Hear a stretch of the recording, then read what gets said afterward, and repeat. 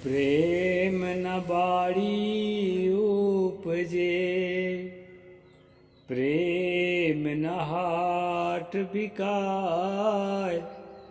राजा प्रजा जेहि रुचै, शीस देई ले जा।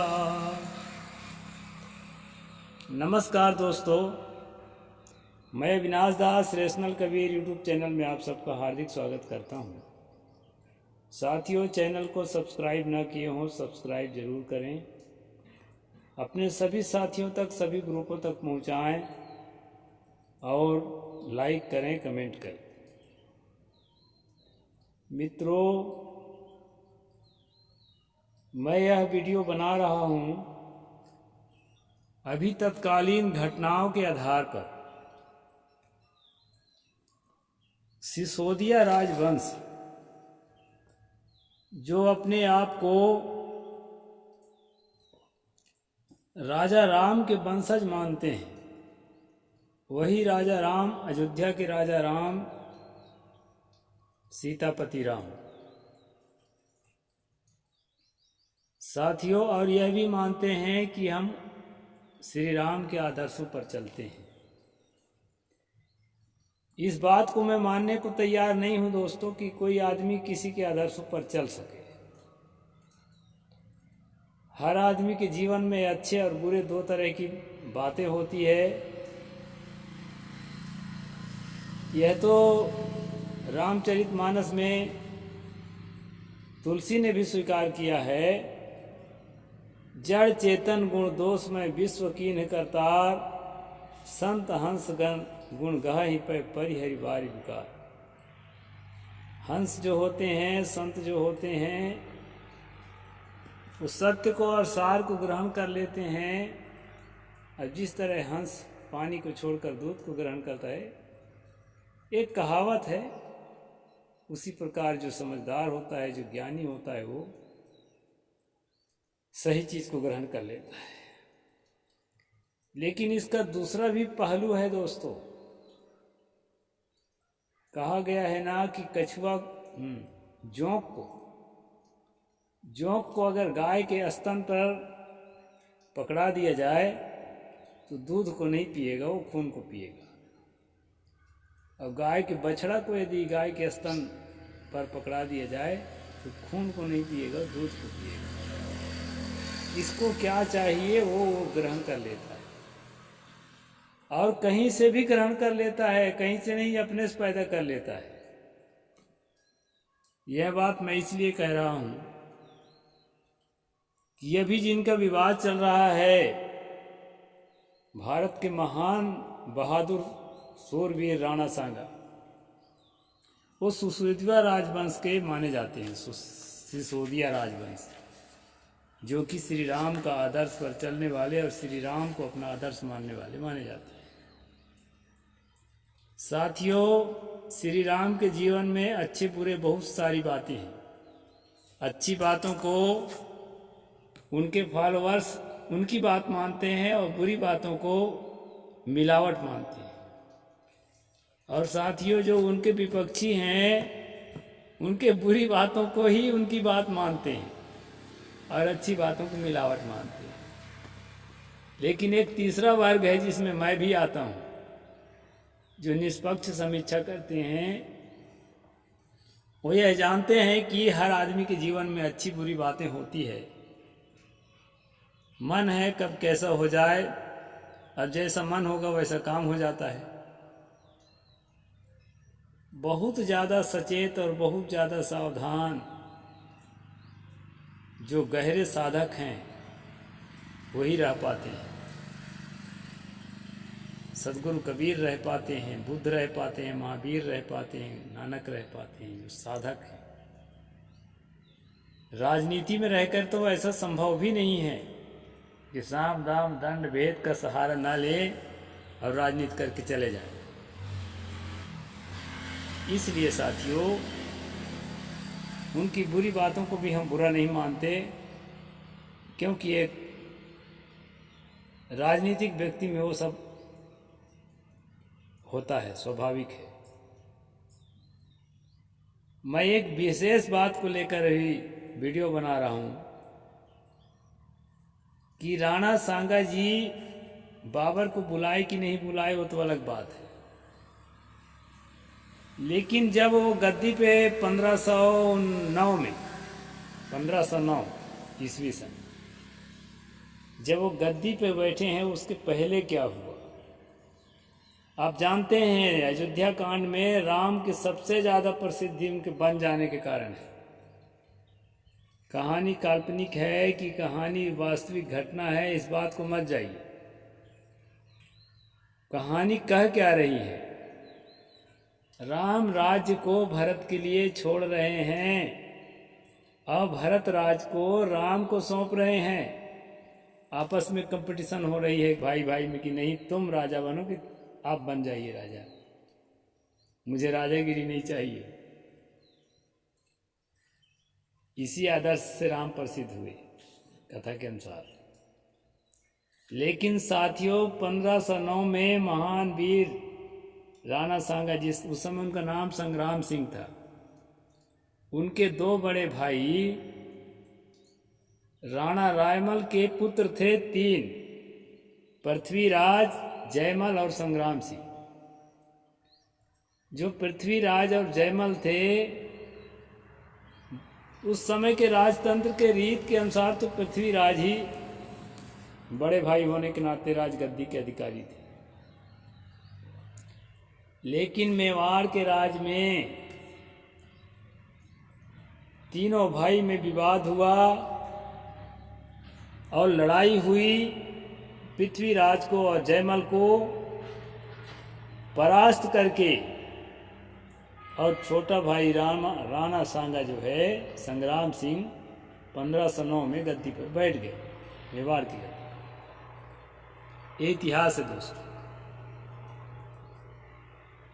और जो उनकी एक आंख चली गई है वो किसी खानवा के बाबर युद्ध में नहीं गई है, वो भाई भाई की लड़ाई में ही उसी बीच में उनकी आंख फूटी थी। बाकी युद्ध जो है मुगलों से लड़ते समय बाकी जो उनके 80 घाव माने जाते हैं, एक हाथ टूटा, पैर टूटा, ये सारी जो चीज़ें हैं ये मुगलों के युद्ध में हुए हैं दोस्तों। उनकी वीरता किसी से छुपी नहीं है और उनकी कुशल राजनीति भी किसी से छुपी नहीं है। लेकिन राज सत्ता के लिए वो कुछ भी करने को तैयार थे, ये भी किसी से छिपी नहीं है। अब मैं आता हूँ दोस्तों, बाबर को बुलाने में महमूद खान लोधी, दौलत खान लोधी और राणा सांगा, ये सबका नाम आता है। इनका नाम लेते क्यों हैं लोग?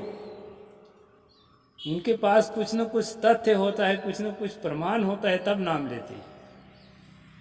साथियों, सत्ता के लिए जो भाइयों के साथ युद्ध छेड़ दे, अपने बड़े भाइयों के साथ, सत्ता के लिए वो कुछ और भी तो कर सकता है ना, कुछ और भी कदम उठा सकता है। दिल्ली के सत्ता पर उनकी नज़र थी इब्राहिम लोदी पर। इब्राहिम लोदी जो दिल्ली में गद्दी नशीन थे, उस पर राणा सांगा की नज़र थी।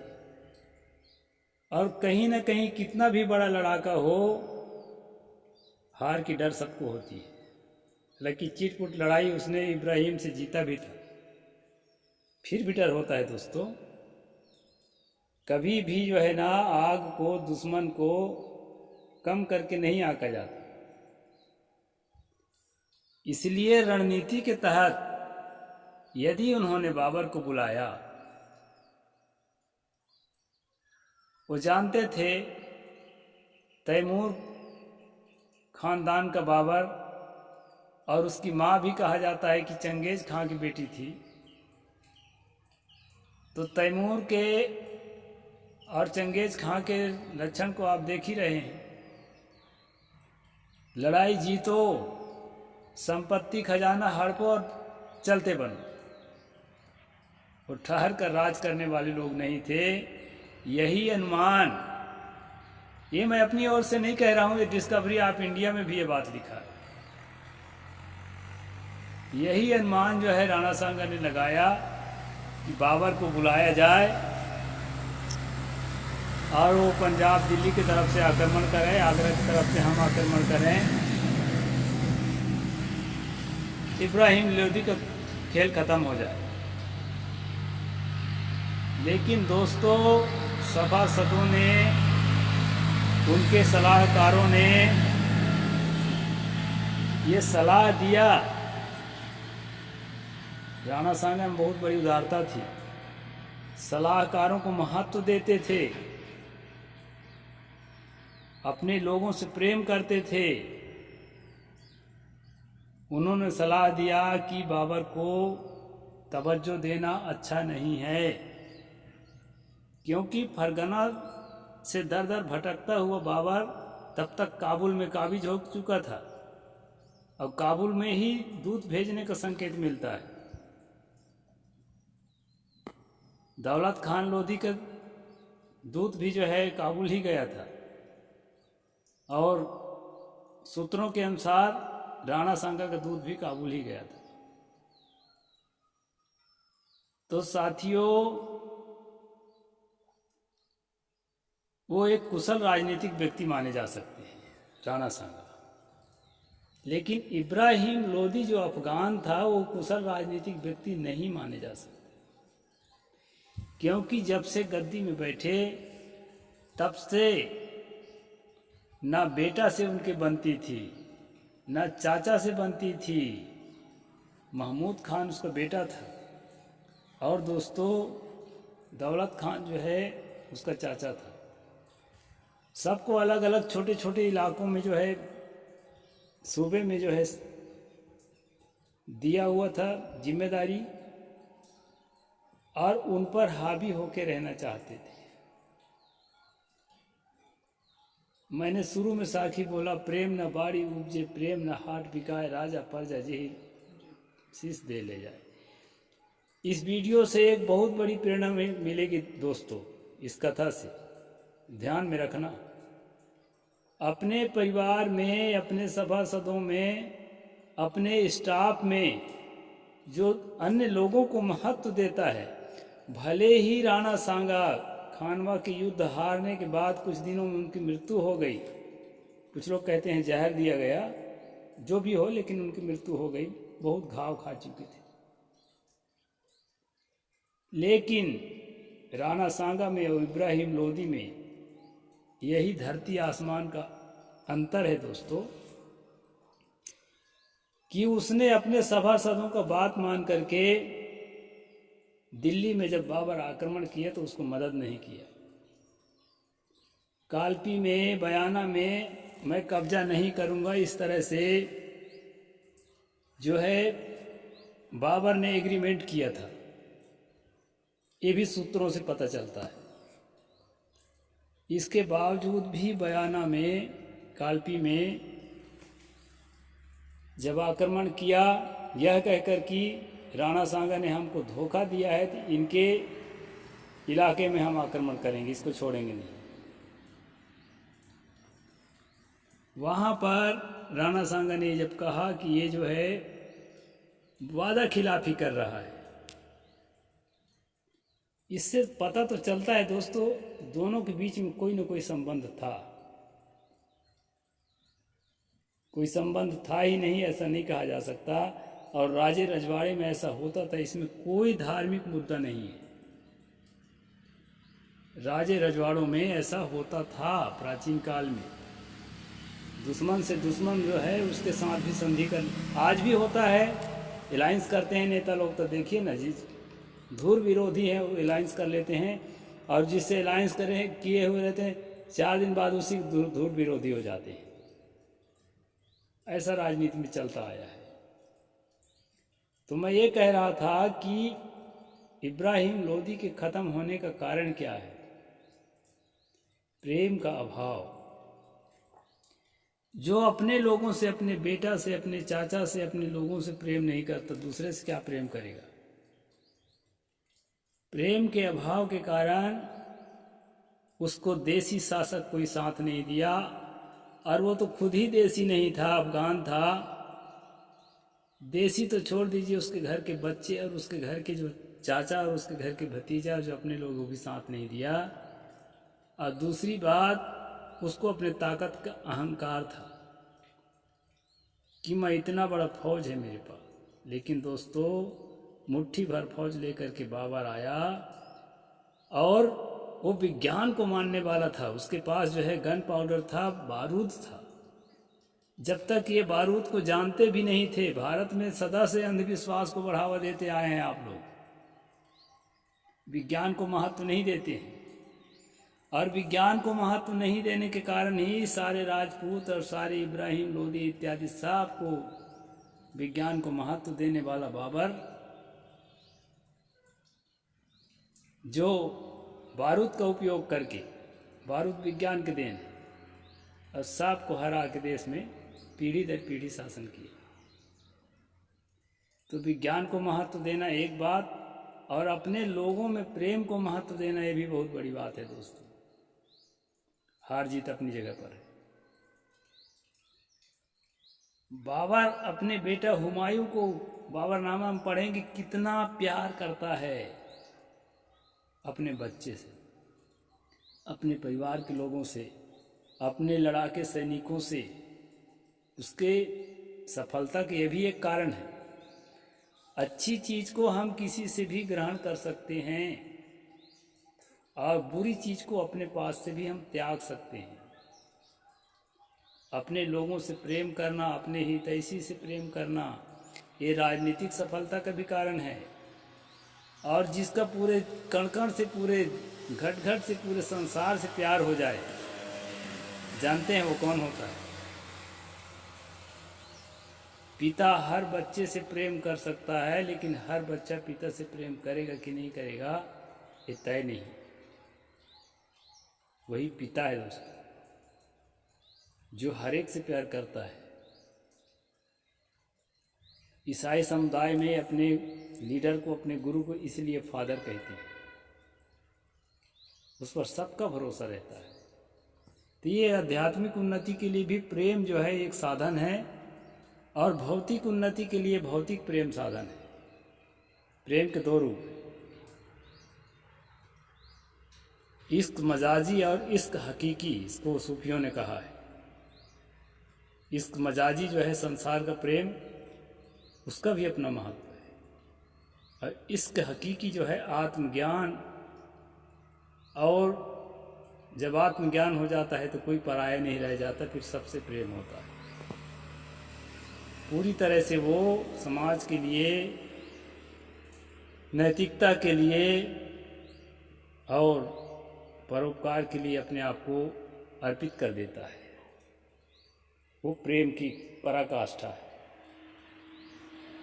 तो साथियों, मैंने कहा था, प्रेम न बाड़ी उपजे, प्रेम न हाट बिकाए, राजा प्रजा जेहि रुचय शीश दे ले जाए। इस सिर समर्पण इस तरह से होता है।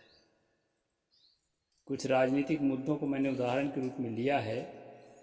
राजनीति मेरा किसी भी तरह से उद्देश्य नहीं है, इतिहास भी मेरा किसी तरह से उद्देश्य नहीं है दोस्तों। उद्देश्य है कि हम लोगों का आपस में प्रेम हो जाए और एक दूसरे के भले के लिए सोचें। यही सोच समाज के भलाई के लिए, देश के भलाई के लिए और दुनिया के भलाई के लिए बेसिक है, मौलिक सोच है। और इसी का नाम है दोस्तों प्रेम। 2.5 अक्षर का प्रेम। साहिब बंदगी। जय जोहार।